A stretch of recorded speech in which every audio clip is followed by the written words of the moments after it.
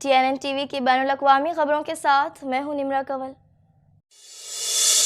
Canadian वज़ीर दिफ़ा bill Blair ने ऐलान किया है कि वफाकी हुकूमत यूक्रेन में जंगी कोशिशों में मदद के लिए 800 से ज़्यादा ड्रोन अतिया कर रही है। मज़ीद तफ़सीलात इस रिपोर्ट में। कैनेडियन वज़ीर दिफ़ा बिल ब्लेयर ने ऐलान किया है कि वफाकी हुकूमत यूक्रेन में जंगी कोशिशों में मदद के लिए 800 से ज़्यादा ड्रोन अतिया कर रही है। Sky ranger R70 drone Waterloo ऊँट में बनाए गए हैं और ये 3.5 किलोग्राम तक का सामान ले जा सकते हैं। ब्लेयर ने पीर को कहा कि जासूसी मिशन को अंजाम देने के लिए ड्रोन्स को निगरानी के कैमरों के साथ जोड़ा जा सकता है। बिल ब्लेयर ने टोरंटो में एक प्रेस कॉन्फ्रेंस के दौरान कहा, ये ड्रोन्स यूक्रेन के फ्रंट लाइन फौजियों को अहदाफ और खतरात का जल्द दुरुस्तगी और तासीर के साथ अंदाजा लगाने में मदद करने वाले हैं। ड्रोन्स की लागत तकरीबन $95 मिलियन, 500 मिलियन फौजी इमदादी पैकेज से आती है, जिसका ऐलान हुकूमत ने जून में किया था।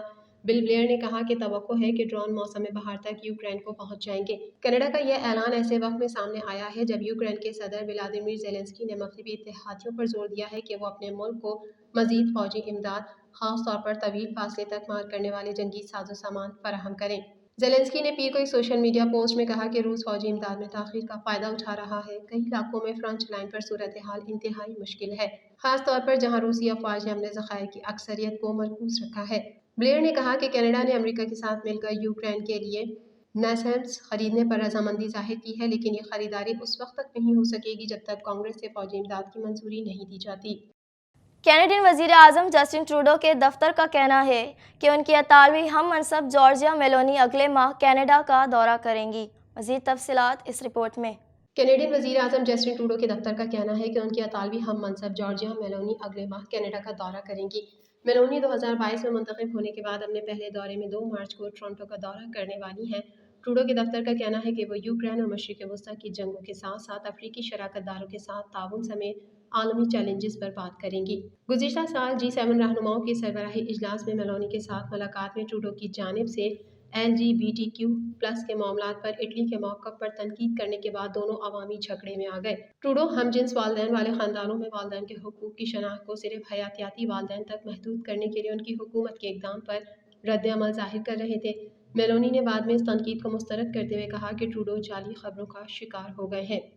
चीनी वज़ीर ख़ारजा वांग यी ने म्यूनिख सिक्योरिटी कॉन्फ्रेंस में शिरकत के दौरान दावत पर कैनेडियन वज़ीर ख़ारजा जोली से मुलाकात की।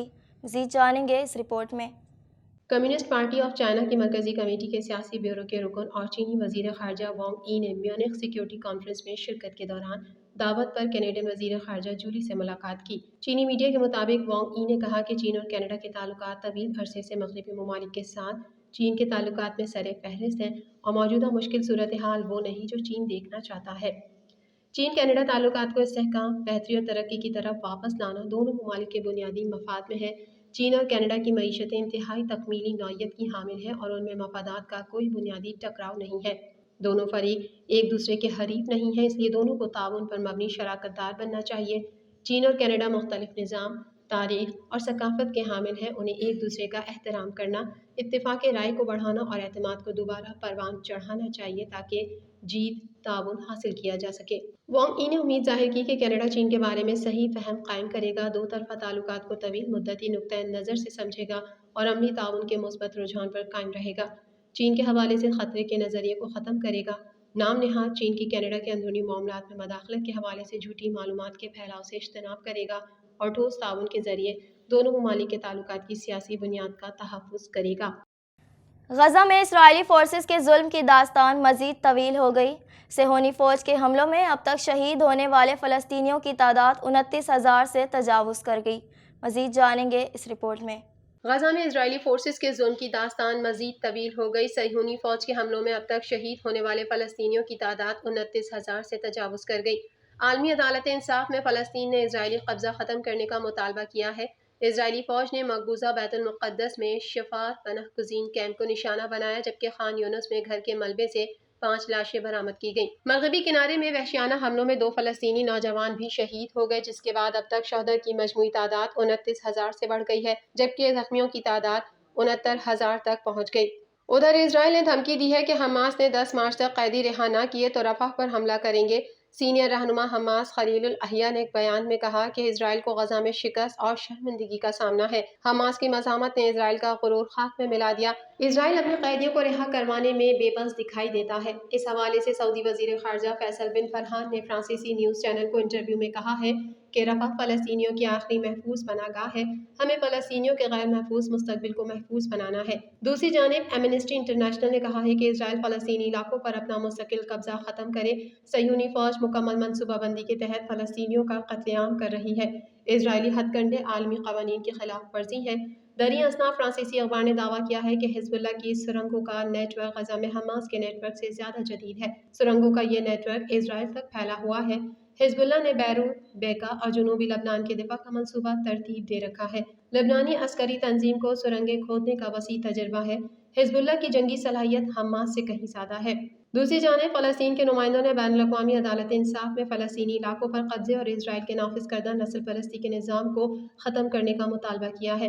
فلسطینی وزیر خارجہ ریاض المالکی اور اقوام متحدہ میں فلسطین کے ایلچی ریاض منصور نے کئی علمی اور قانونی ماہرین کے ساتھ پیر کے روز دی ہیگ میں شروع ہونے والی سماعتوں میں فلسطین کی نمائندگی کی ہے۔ یہ سماعتیں 26 فروری تک جاری رہیں گی۔ علاوہ ازیں برازیلین صدر کی جانب سے اسرائیل کا مکروہ چہرہ بے نقاب کرنے کے بعد اسرائیل اور برازیل کے درمیان کشیدگی مزید بڑھ گئی ہے، جبکہ برازیل نے اسرائیل سے اپنے سفیر کو واپس بلا لیا۔ غیر ملکی ذرائع ابلاغ کے مطابق برازیلی وزارت خارجہ کا کہنا ہے کہ برازیل میں اسرائیلی سفیر کو دفتر خارجہ طلب کریں گے۔ برازیلی صدر ڈی سلوا کے بیان کے بعد اسرائیل نے انہیں ناپسندیدہ شخصیت قرار دیا تھا۔ افغانستان میں مسلسل ہونے والی بارشوں اور برف باری نے بڑے پیمانے پر تباہی مچا دی اور معمولات زندگی معطل ہو کر رہ گئے۔ مزید تفصیلات اس رپورٹ میں۔ افغانستان میں مسلسل ہونے والی بارشوں اور برف باری نے بڑے پیمانے پر تباہی مچا دی اور معمولات زندگی معطل ہو کر رہ گئے۔ طالبان حکام نے بتایا کہ صوبے نورستان میں لینڈ سلائیڈنگ کے نتیجے میں 20 مکانات تباہ ہو گئے اور ملبے میں 50 کے قریب افراد دبے ہوئے ہیں، جبکہ خراب موسم کے باعث امدادی کاموں میں مشکلات کا سامنا ہے۔ میڈیا رپورٹ کے مطابق بارشوں اور برف باری سے افغانستان کے مشرقی صوبے نورستان اور پنجشیر سب سے زیادہ متاثر ہوئے ہیں اور یہ علاقے ملک کے دیگر حصوں سے کٹ کر رہ گئے۔ امدادی کاموں کے دوران ملبے سے 25 لاشیں نکال لی گئی ہیں، جبکہ 8 افراد کو شدید زخمی حالت میں اسپتال منتقل کیا گیا ہے، جن میں سے 3 کی حالت نازک ہونے کے سبب ہلاکتوں میں اضافے کا خدشہ ہے۔ ملبے تلے اب بھی کئی افراد دبے ہوئے ہیں، جن کی تلاش کے لیے امدادی کام کو مسلسل برف باری کے باعث رکنا پڑا۔ یاد رہے کہ اگست 2021 میں طالبان کے اقتدار سنبھالنے کے بعد سے افغانستان کے اثاثے منجمد ہیں، جبکہ عالمی اداروں نے فنڈنگ بھی روک دی ہے، جس کے باعث ناگہانی آفت سے نمٹنے کے لیے درکار مشینری اور افرادی قوت کی کمی کا سامنا ہے۔ TNN ٹی وی کے نیوز بلیٹن سے فی الحال اتنا ہی۔ اپنی میزبان نمرہ کنول کو دیجیے اجازت۔ اللہ حافظ۔